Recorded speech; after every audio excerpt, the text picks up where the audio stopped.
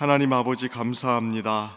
오늘 이 새벽에도 주님 앞에 감사와 기쁨으로 서게 하시고 주님의 풍성하신 은혜 베푸심을 기대하며 주를 바라보게 하시니 감사합니다. 하루를 시작하기 전에 주님께서 베풀어 주시는 하늘의 은혜를 간구하오니 오늘 또 우리를 충만하게 하여 주시고 풍성하게 하셔서 주의 뜻을 따라 살아가는데 부족하지 않게 하여 주옵소서. 무엇보다 성령으로 충만하게 하여 주셔서 오늘 또 우리의 정욕과 탐심을 십자가에 못 박으며 신실하게 주님을 따라 살아가게 하시고 주님을 닮은 성화된 인격과 태도로 살아갈 수 있도록 도와주옵소서. 우리의 가정과 일터와 삶의 모든 상황 속에서 오늘 또 하나님 나라의 복을 증거하며 살아갈 수 있도록 우리를 붙들어 주옵소서. 주님, 이 새벽을 깨워 오늘 이 자리에 머리 숙여 나아가는 주의 백성들을 특별히 기억하여 주옵소서. 주님 앞에 간절한 기도의 제목들로 부르짖으며 나아갈 때 친히 주님의 선하심을 나타내어 주옵소서. 우리의 모든 삶을 살피시고 이끄시는 아버지의 크신 사랑을 깊이 누릴 수 있게 하시고 염려와 걱정과 근심을 떨쳐내고 믿음으로 굳게 설 수 있게 도와주옵소서. 병환 중에 있는 성도들을 또한 기억하여 주옵소서. 치료의 과정 속에서 함께 하셔서 우리를 낫게 하시는 이가 주님이심을 깨닫게 하시고 저들의 아픔의 자리가 속히 치료되어서 다시 기쁨으로 주님 찬양할 수 있게 하여 주옵소서. 교회를 붙들어 주옵소서. 주님의 몸된 교회가 머리 대신 주님의 은혜와 말씀 안에 굳게 서게 하여 주옵소서. 복음으로 충만하게 하시고 강건하게 하셔서 지역사회를 복되게 하는 교회 되게 하여 주옵소서. 오늘 또 주님 말씀 듣기를 원합니다. 출애굽기 말씀을 들을 때에 우리를 주님 품으로 인도하시는 주님의 은혜를 더욱더 깊이 경험할 수 있게 하여 주옵소서. 모든 것에 감사드리며 예수님의 이름으로 기도드립니다. 아멘. 오늘 우리에게 주시는 하나님의 말씀 함께 보겠습니다. 출애굽기 26장 31절부터 37절까지 말씀입니다. 출애굽기 26장 31절부터 37절까지 말씀입니다. 출애굽기 26장 31절부터 37절까지 말씀 우리 한 절씩 교독하도록 하겠습니다. 제가 먼저 읽습니다. 너는 청색, 자색, 홍색 실과 가늘게 꼰 배실로 짜서 휘장을 만들고 그 위에 그룹들을 정교하게 수놓아서 기둥 위에 늘어뜨리되 그 네 기둥을 조각목으로 만들고 금으로 싸서 받침에 둘지며 그 휘장을 갈고리 아래에 늘어뜨린 후에 증거궤를 그 휘장 안에 들여놓으라. 그 휘장이 너희를 위하여 성소와 지성소를 구분하리라.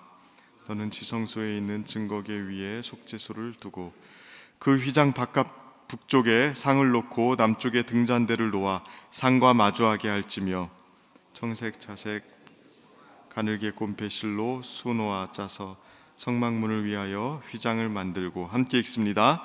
그 휘장문을 위하여 기둥 5을 조각목으로 만들어 금으로 싸고 그 갈고리도 금으로 만들지며 또 그 기둥을 위하여 받침 5개를 노수로 부어 만들지니라. 아멘. 오늘 또 새벽을 깨워서 하나님 은혜 앞에 나온 우리 성도님들에게 하나님께서 은혜 베풀어 주시고 또 말씀 주시기를 축복합니다. 오늘 본문은 계속해서 성막을 만들 것을 명령하는 내용입니다. 물론 우리에게는 지금 성막이 필요하지 않습니다. 그리고 그 구약시대의 성막이나 성전이 교회 건물과 매칭되는 것도 아니죠. 그래서 이러한 내용을 우리가 굳이 살펴볼 필요가 있는가 하는 생각이 들 수도 있습니다. 그러나 이 성막의 내용은 이스라엘에게 아주 중요한 이유 때문에 등장을 했고요. 지금 이것은 우리와도 무관하지 않습니다. 이스라엘 백성들에게 성막이 필요했던 이유가 무엇입니까? 그러니까 하나님께서 이스라엘 백성들에게 성막을 만들라고 했던 이유가 무엇입니까? 단 하나의 이유 때문이죠.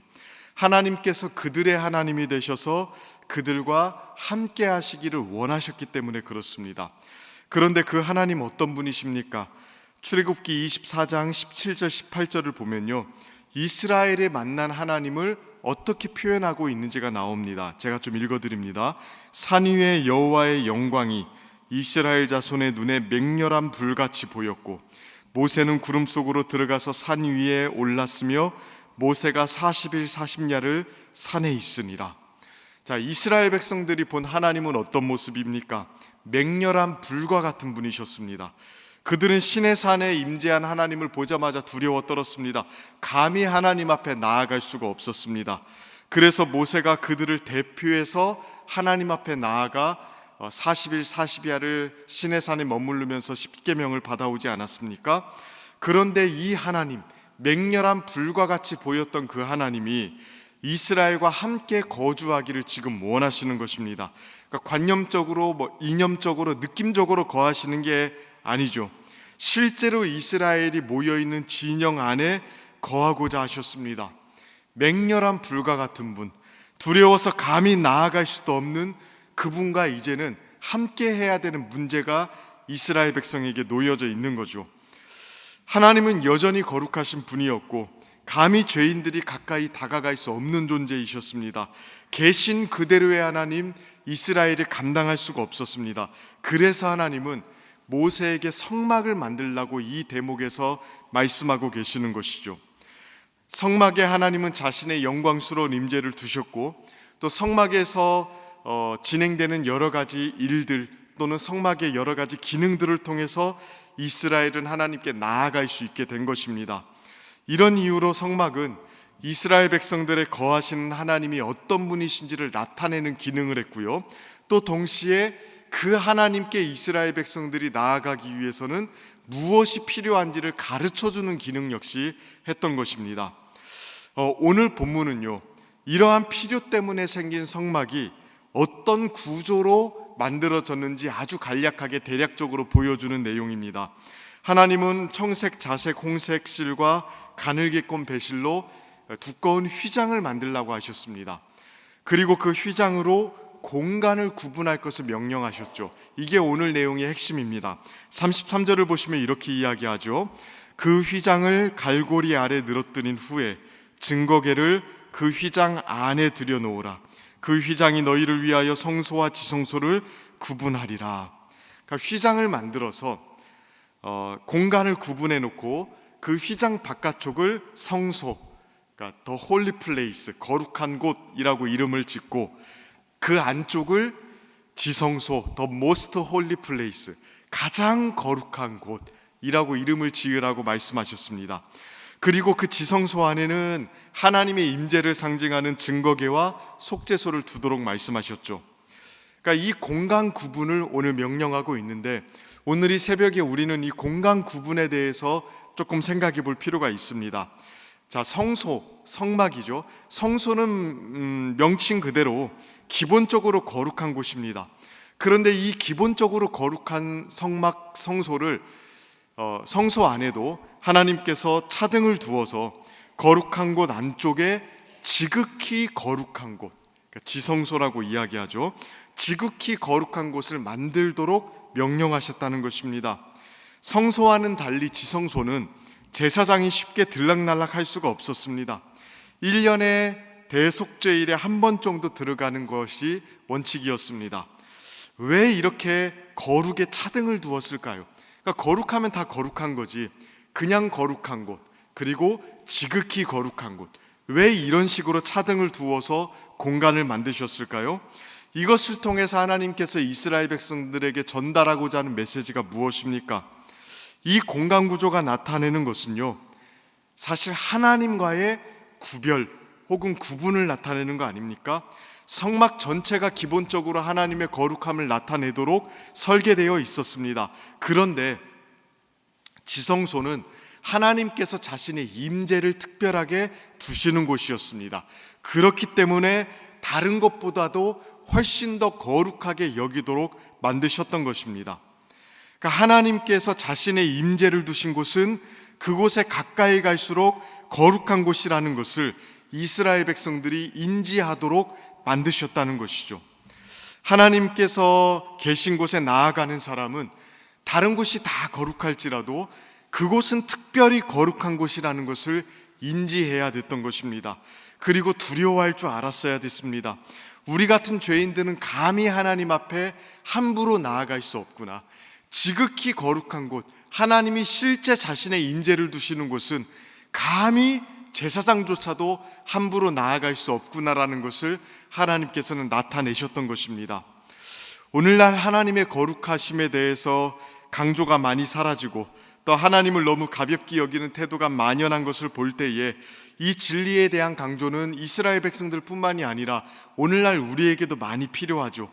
우리가 지금 대면하고 있는 하나님은 구약 성경에 신의 산에 임재하시는 하나님과 동일하신 분이십니다.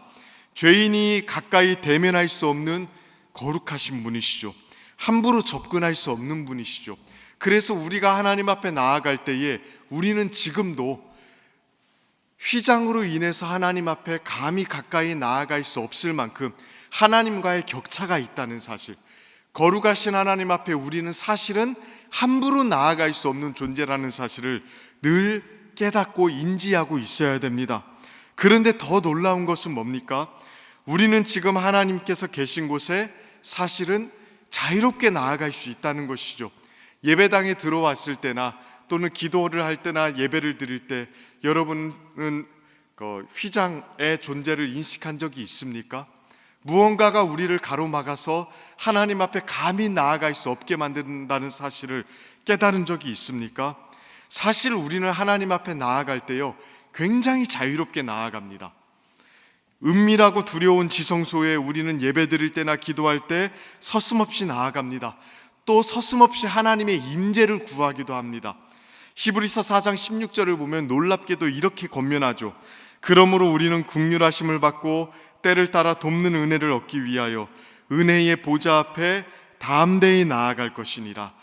우리에게 하나님의 보좌 앞에 담대히 나아가자고 합니다. 구약식으로 바꿔서 이야기하면 지성소에 담대히 나아가자는 겁니다. 어떻게 이러한 상황의 반전이 일어났습니까?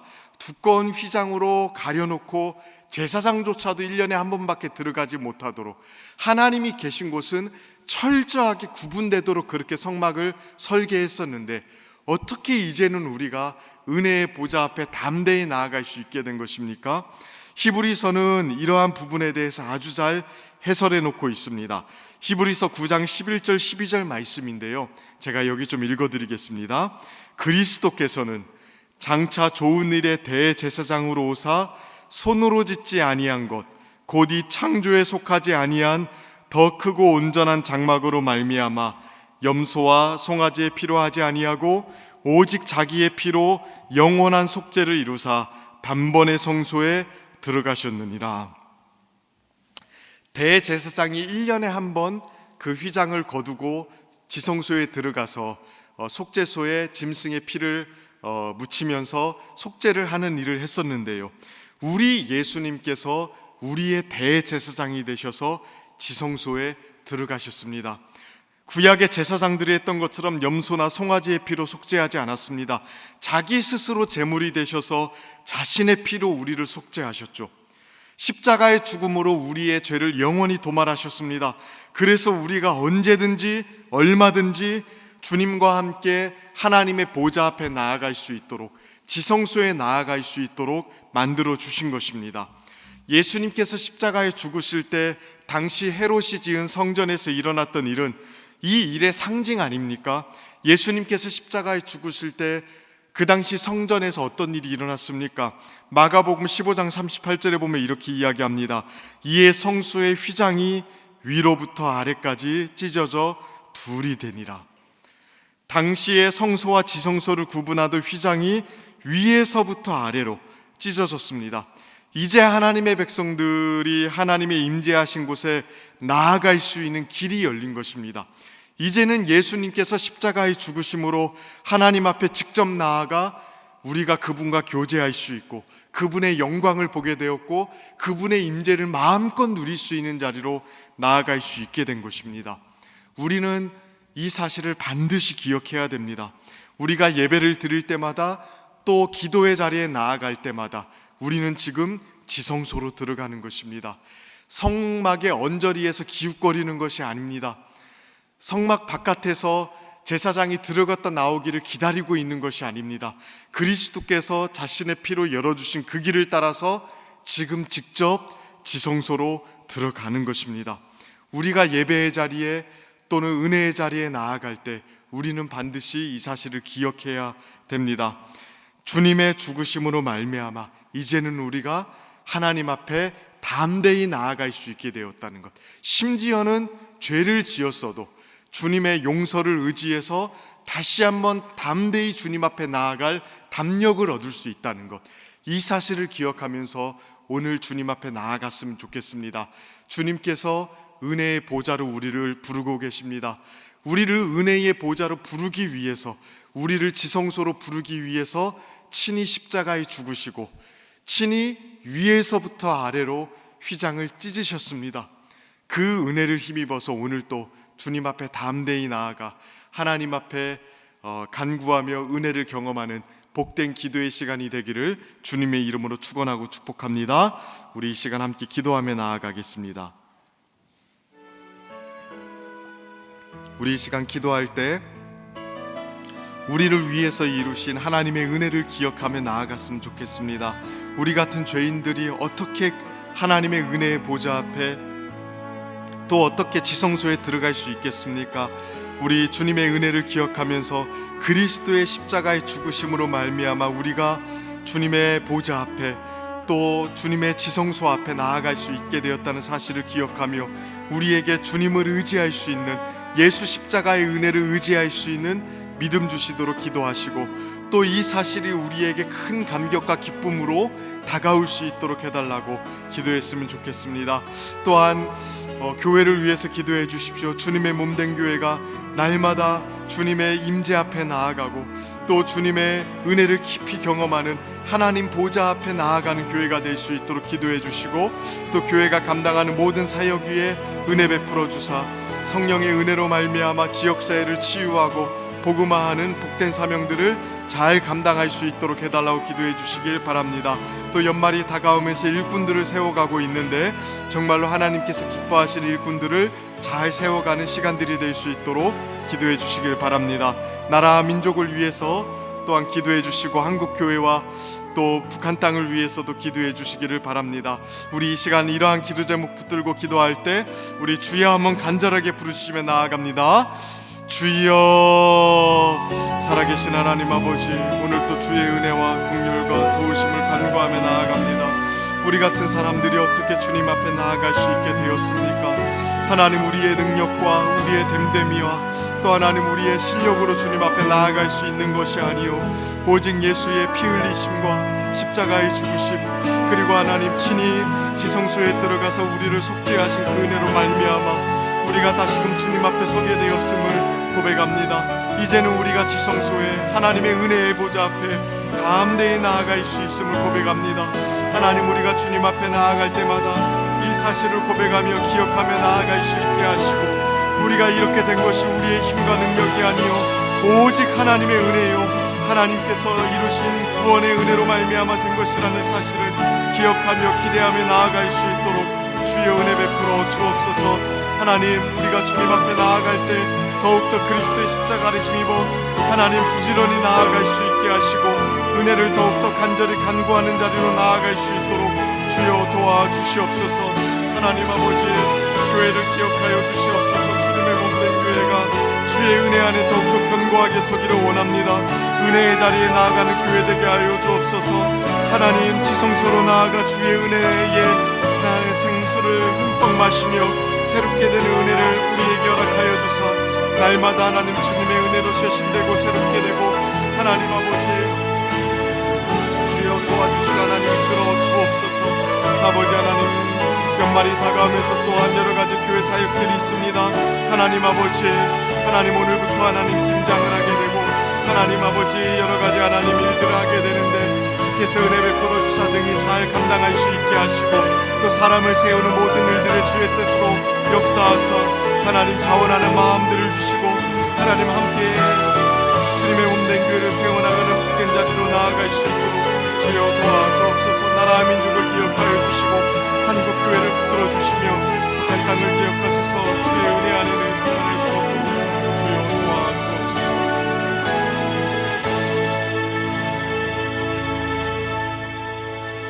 우리 이 시간 한 번 더 기도하실 때 매주 금요일은 특별히 성도들의 가정과 목장 사역 그리고 목장의 영혼들을 위해서 기도하는 날입니다. 우리 이 시간 기도하실 때 주여 우리 교회의 모든 가정마다 사랑 충만, 말씀 충만, 성령 충만하게 하여 주옵소서. 모든 부모마다 축복의 언어를 주시사 서로 격려하며 축복하는 가정이 되게 하옵소서. 우리 교회 목장에 속한 모든 가정들마다 기쁨과 감사가 넘치게 하여 주옵소서. 성도들의 가정마다 예배가 회복되고 사랑이 넘치게 하여 주옵소서. 병환 중에 있는 성도들에게 위로와 회복의 은혜를 주옵소서. 이러한 기도 제목들로 기도해 주시고 계속해서 담임 목사님을 위해서 기도해 주시고 함께 동역하시는 장로님들과 교역자들이 사랑으로 하나 되어 온 교회가 성령으로 충만한 가운데 부흥의 역사를 이루게 해달라고 기도해 주시길 바랍니다. 가정과 목장을 위해 합심으로 기도하신 후에는 자유롭게 기도하시면 되겠습니다. 이 시간 기도하실 때 먼저 저를 따라해 주시기를 바랍니다. 주여 축복의 언어를 주옵소서. 주여 축복의 언어를 주옵소서. 우리 주여 한번 간절하게 부르시며 나아갑니다. 주여, 살아계신 하나님 아버지, 은혜를 내려주시고 우리에게 축복의 언어를 주시기를 원합니다. 하나님 아버지, 우리 성도들의 가정과 목장과 또 목장들의 영혼들